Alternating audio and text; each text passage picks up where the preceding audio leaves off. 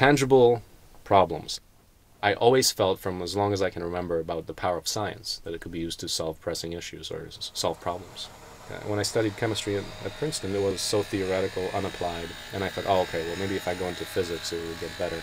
So I did, and was grossly disappointed. We were studying wave propagation, and I couldn't understand this one problem, this one equation. So I went to the professor and said, well, what's this about? Like, where does this exist? And he said, well, oh, it actually doesn't exist. I just made it up. So it's like, oh, okay, well, so that's what we do here. And that was one of those turning points where I said, wow, what am I doing here? In the absolute abundance of resources, power, and human development and culture and everything, still there's many issues, namely the resource conflicts, poverty, war, deprivation.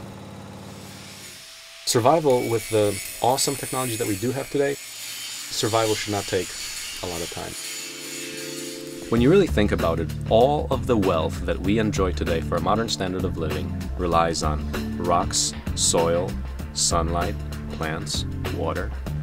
Those are all abundant, yet the productive mechanism of society is what makes it scarce, artificially so. What if we can survive and thrive up to a modern standard of living, and not only that, at 2 hours a day of work and from local resources? How would that be?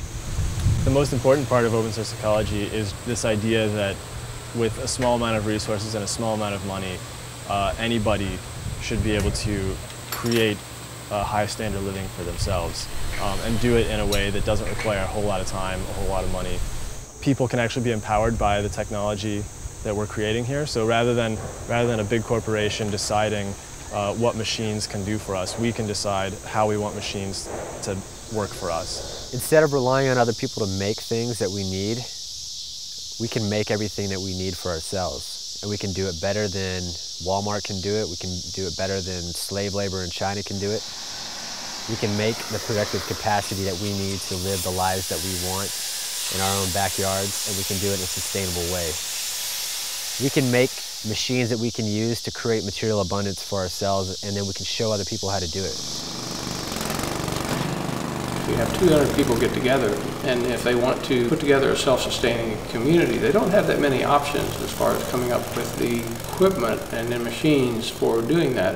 That's where the open source ecology really comes in, is the cost of building these machines is about 10% of what you could buy it for commercially.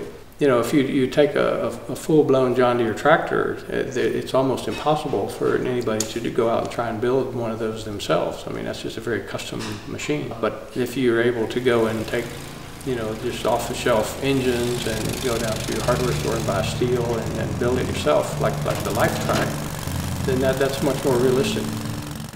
The benefits of a localized economy are that the power stays within the community, the economic wealth, instead of your money, the earnings, going all the way down the river. What if we can internalize that, keep that wealth in by having all that productive mechanism built in? You produce the same, the wealth stays in, you don't have to work so hard. And you can have time for your family and kids or whatever else is more important to you. So it's a lot easier, production-wise, to just have one super compatible module. The Power Cube right now works with both the Lifetrack and the CB Press and the other machines that we have, like the Ironworker and the Cold Saw.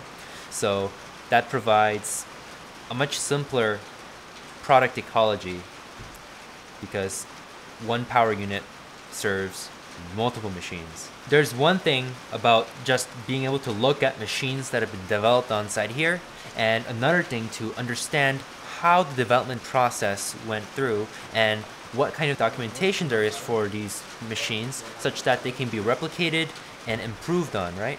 Fortunately, we have that ability to have machine information in a digital format, and now we have telecom, the internet, to relay that information and have anyone just copy over the files and have access to it, the model, on their computer. So open source ecology tries to capture the open source nature of development and the fact that we're connected to nature, to other people, to societal institutions. That all has to be considered if we're talking about a paradigm to make a better world. Open source was clearly the trend, the emerging trend that was so powerful. Demonstrated with open source software like Linux, the Linux platform, when a sufficient number of people come together on a project, that project simply becomes better than anything else. So we're transitioning that into the hardware space. So what would happen if people actually collaborate on making open source hardware? We have lots of technology out there, but to organize the technology in such a way that it's accessible without barriers to people, that's a very significant move forward. Now it's there for the individuals to organize themselves and to really dig deeply, almost to what you would say a spiritual level in a way, to really change their attitudes and to take advantage of what is there and to move our civilization forward.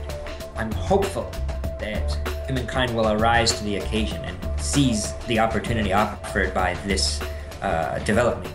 Open source ecology is really about creating the next economy, the open source economy. And what's that mean? It's an economy that optimizes not only production, which the present economy is really good at. It's effective in production, but distribution is not so great. And how do you do that? And that is by opening so-called giving away trade secrets for free, or developing open source products for just about anything that we use. So imagine a scenario where now, instead of corporations all competing, reinventing the wheel and so forth, a lot of competitive waste, what if everybody were to join together to make the best products, most robust products that are open source, that anyone has access to producing them, and therefore we can run an economy in a collaborative way as opposed to a competitive, wasteful way.